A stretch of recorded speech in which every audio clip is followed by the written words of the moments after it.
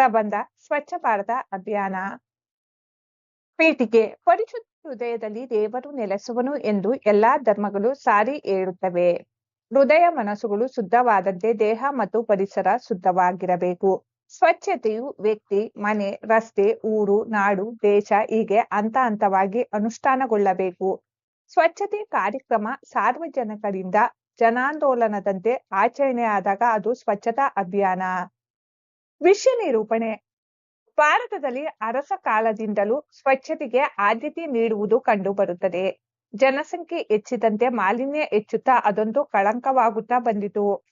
ಗಾಂಧೀಜಿಯವರು ಸ್ವಾತಂತ್ರ್ಯ ಹೋರಾಟದೊಂದಿಗೆ ಸ್ವಚ್ಛತೆಯ ಜಾಗೃತಿ ಮೂಡಿಸಿದರು. ಸ್ವತಃ ಹರಿಜನ ಕೇರಿಗಳ ರಸ್ತೆಯ ಕಸ ಗುಡಿಸಿ ಮಾದರಿಯಾದರು. ಸ್ವತಂತ್ರ ಭಾರತದ ಸರ್ಕಾರಗಳು ಸ್ವಚ್ಛತೆಗಾಗಿ ಸಾಕಷ್ಟು ಯೋಜನೆಗಳನ್ನು ತಂದರು.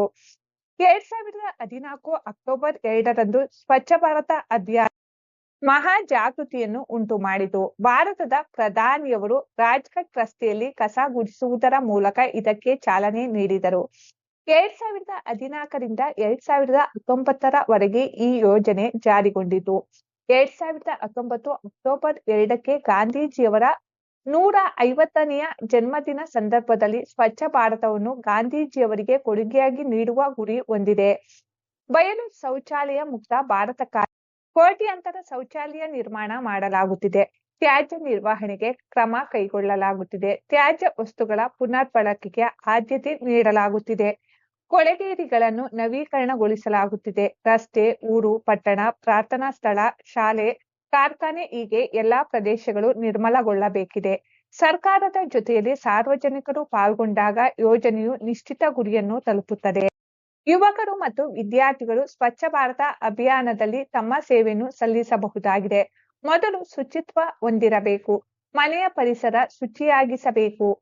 ಶಾಲಾ ಕಾಲೇಜುಗಳ ಕೊಠಡಿ, ಗ್ರಂಥಾಲಯ, ಪ್ರಯೋಗಾಲಯ, ನೀರಿನ ಪ್ರದೇಶ, ಆಟದ ಮೈದಾನ, ಕೈದೋಟಗಳನ್ನು ಸ್ವಚ್ಛ ಮಾಡುತ್ತಿರಬೇಕು. ತಾವು ಶೌಚಾಲಯ ಬಳಸಿದಾಗ ಮತ್ತೊಬ್ಬರು ಬಳಸಲು ಯೋಗ್ಯವಾಗಿರುವಂತೆ ನೋಡಿಕೊಳ್ಳಬೇಕು. ಸ್ವಚ್ಛತೆಯ ಸ್ಪರ್ಧೆಗಳಲ್ಲಿ ಮತ್ತು ಜಾಗೃತಿ ಕಾರ್ಯಕ್ರಮಗಳಲ್ಲಿ ಪಾಲ್ಗೊಳ್ಳಬೇಕು. ಸಂಹಾರ. ಸ್ವಚ್ಛತೆ ಎಲ್ಲಿದೆಯೋ ಅಲ್ಲಿದೆ ಆರೋಗ್ಯ. ಸ್ವಚ್ಛತೆಯ ಆಂದೋಲನದಿಂದ ಜನರ ಆರೋಗ್ಯ ಉತ್ತಮವಾಗುವುದರ ಜೊತೆಗೆ ದೇಶದ ಸೌಂದರ್ಯ ಹೆಚ್ಚುವುದು, ಪ್ರವಾಸೋದ್ಯಮ ಉತ್ತಮವಾಗುವುದು, ವಿಶ್ವ ಮಟ್ಟದಲ್ಲಿ ಭಾರತದ ಗೌರವ ಹೆಚ್ಚಾಗುವುದು. ಗಾಂಧೀಜಿಯವರು ಕಂಡ ಸ್ವಚ್ಛ ಭಾರತ ಕನಸನ್ನು ನನಸಾಗುವುದು ಎಲ್ಲಾ ಭಾರತೀಯರ ಜವಾಬ್ದಾರಿಯಾಗಿದೆ.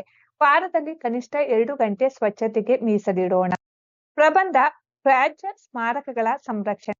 ಪ್ರಬಂಧ ಪ್ರಾಚ್ಯ ಸ್ಮಾರಕಗಳ ಸಂರಕ್ಷಣೆ. ಪೀಠಿಕೆ.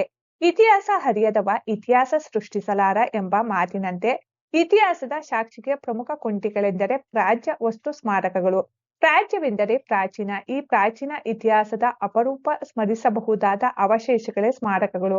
ಪ್ರಾಚ್ಯ ವಸ್ತು ಸ್ಮಾರಕ ಸಂರಕ್ಷಣೆಯಿಂದ ದೇಶದ ಇತಿಹಾಸ, ಸಂಸ್ಕೃತಿ, ಕಲೆ, ಸಾಮಾಜಿಕ, ರಾಜಕೀಯ, ಆರ್ಥಿಕ ಹೀಗೆ ಎಲ್ಲ ಕ್ಷೇತ್ರಗಳ ಬಗೆಗೆ ತಿಳಿಯಲು ಸಹಕಾರಿಯಾಗುತ್ತದೆ. ದೇಶದ ಸಂಸ್ಕೃತಿಯ ಗತಕಾಲದ ವೈಭವವನ್ನು ಅಳೆಯುವ ಮಾನದಂಡಗಳೆಂದರೆ ಈ ಸ್ಮಾರಕಗಳು.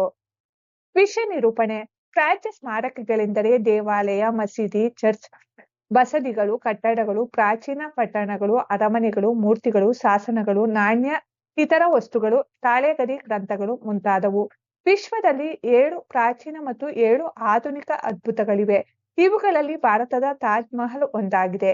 ಭಾರತದಲ್ಲಿ ತಾಜ್ ಮಹಲ್, ಕೆಂಪುಕೋಟೆ, ಸೂರ್ಯ ದೇವಾಲಯ, ಚಾರ್ಮಿನಾರ್, ಅಜಂತ, ಎಲ್ಲೋರಾ ಗುಹೆಗಳು, ಬಾದಾಮಿ ಗುಹೆ, ಆಗ್ರಾ ಕೋಟೆ, ಗೋಲ್ ಗುಂಬಜ್, ಹಂಪಿ, ಬೇಲೂರು, ಮೈಸೂರು ಅರಮನೆ, ಗೊಮ್ಮಟೇಶ್ವರ ವಿಗ್ರಹ ಹೀಗೆ ಅಸಂಖ್ಯಾತ ಸ್ಮಾರಕಗಳು ದೇಶದ ಹೆಮ್ಮೆಯ ಪ್ರತೀಕವಾಗಿದೆ. ಇವುಗಳಿಂದ ಪ್ರವಾಸೋದ್ಯಮ ಹೆಚ್ಚುತ್ತದೆ. ಭಾರತದ ಸ್ಮಾರಕಗಳು ವಿದೇಶಿ ದಾಳಿ ಹಾಗೂ ಸ್ವದೇಶಿ ಅತಿಕ್ರಮಣಕ್ಕೆ ಒಳಗಾಗಿ ತಮ್ಮ ಸೌಂದರ್ಯ ಕಳೆದುಕೊಂಡು ಅವಶೇಷಗಳಾಗಿ ಉಳಿದಿವೆ. ಆಡು ಹಂಪೆ ಇದಕ್ಕೆ ಸಾಕ್ಷಿ. ಈಗ ವ್ಯತಿರಿಕ್ತ ಪರಿಸರ ಮತ್ತು ವಿಕೃತ ಕಿಡಿಗೇಡಿಗಳಿಂದ ಸ್ಮಾರಕ ರಕ್ಷಣೆಯಾಗಬೇಕಿದೆ. ಪ್ರಾಚ್ಯ ಸ್ಮಾರಕಗಳ ಸಂರಕ್ಷಣೆಗೆ ಇಲಾಖೆಯನ್ನು ಸರ್ಕಾರ ಸ್ಥಾಪಿಸಿದೆ. ಈ ಇಲಾಖೆಯು ಹಲವಾರು ಯೋಜನೆಗಳನ್ನು ಜಾರಿಗೊಳಿಸಿದೆ. ಸುಮಾರು 4,000 ಸ್ಥಳಗಳು ಈ ಇಲಾಖೆಯ ವ್ಯಾಪ್ತಿಗೆ ಬರುತ್ತದೆ. ಉಳಿದ ಕ್ಷೇತ್ರಗಳು ಸೇರಿಸಬೇಕಿದೆ. ಪ್ರವಾಸಿಗರು ಸ್ಮಾರಕಗಳ ಅಂದ ಹಾಳು ಮಾಡದೆ ವೀಕ್ಷಿಸಬೇಕು. ಪ್ರವಾಸಿ ತಾಣಗಳ ಸ್ವಚ್ಛತೆಗೆ ಆದ್ಯತೆ ನೀಡಬೇಕು. ಸ್ಥಳೀಯ ಸ್ವಯಂ ಸೇವಕರನ್ನು ಬಳಸಿಕೊಂಡು ವಿದ್ಯಾರ್ಥಿಗಳು ಮತ್ತು ಯುವ ಜನಾಂಗದವರಲ್ಲಿ ಹೆಚ್ಚಿನ ಅರಿವು ಮೂಡಿಸಬೇಕು. ಹವ್ಯಾಸಿ ತ್ಯಾಜ್ಯ ವಸ್ತು ಸಂಗ್ರಾಹಕರನ್ನು ಪ್ರೋತ್ಸಾಹಿಸಬೇಕು. ಸಂಘ ಸಂಸ್ಥೆಗಳು, ಮಾಧ್ಯಮಗಳು ಜಾಗೃತಿ ಕಾರ್ಯಕ್ರಮ ಹಮ್ಮಿಕೊಳ್ಳಬೇಕು. ಸ್ಮಾರಕ ಸಂರಕ್ಷಣೆ ಕುರಿತು ಶಾಲಾ ಕಾಲೇಜುಗಳಲ್ಲಿ ಕಾರ್ಯಕ್ರಮಗಳಾಗಬೇಕು. ರಾಸಾಯನಿಕ ಮಾಲಿನ್ಯ, ವಾಯು ಮಾಲಿನ್ಯ, ಶಬ್ದ ಮಾಲಿನ್ಯಗಳಿಂದ ರಕ್ಷಣೆ ನೀಡಬೇಕು. ಪರಿಸರ ಮಾಲಿನ್ಯದಿಂದಾಗಿ ಸ್ಮಾರಕಗಳು ತಮ್ಮ ಸೌಂದರ್ಯ ಮತ್ತು ಅಸ್ತಿತ್ವ ಕಳೆದುಕೊಳ್ಳುತ್ತಿವೆ. ಕಾರ್ಖಾನೆಗಳ ರಾಸಾಯನಿಕ ಪ್ರಭಾವದಿಂದ ಸ್ಮಾರಕಗಳು ಕಳಹೀನವಾಗುತ್ತಿವೆ. ತಾಜ್ ಮಹಲ್ನಂತ ಸ್ಮಾರಕ ಕಳೆಗುಂದುತ್ತಿದೆ. 7 ಬಾರಿ ಪ್ರತಿಧ್ವನಿಸುವ ಗೋಲ್ ಗುಂಬಜ್ 4-5 ಬಾರಿ ಕುಸಿದಿದೆಯಂತೆ. ಇವುಗಳ ಬಗೆಗೆ ಸರ್ಕಾರ ಕ್ರಮ ಕೈಗೊಳ್ಳಬೇಕು. ಉಪಸಂಹಾರ: ಸ್ಮಾರಕಗಳು ದೇಶದ ಇತಿಹಾಸ ಸಂಸ್ಕೃತಿಯ ಪ್ರತೀಕಗಳು.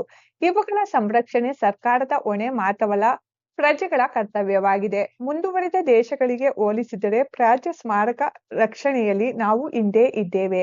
ದೇಶದ ಆಸ್ತಿಯಾದ ಸ್ಮಾರಕಗಳನ್ನು ಒಟ್ಟಾಗಿ ಕಾಪಾಡಿಕೊಂಡು ಹೋಗೋಣವೆಂದು ಆಶಿಸುತ್ತೇನೆ.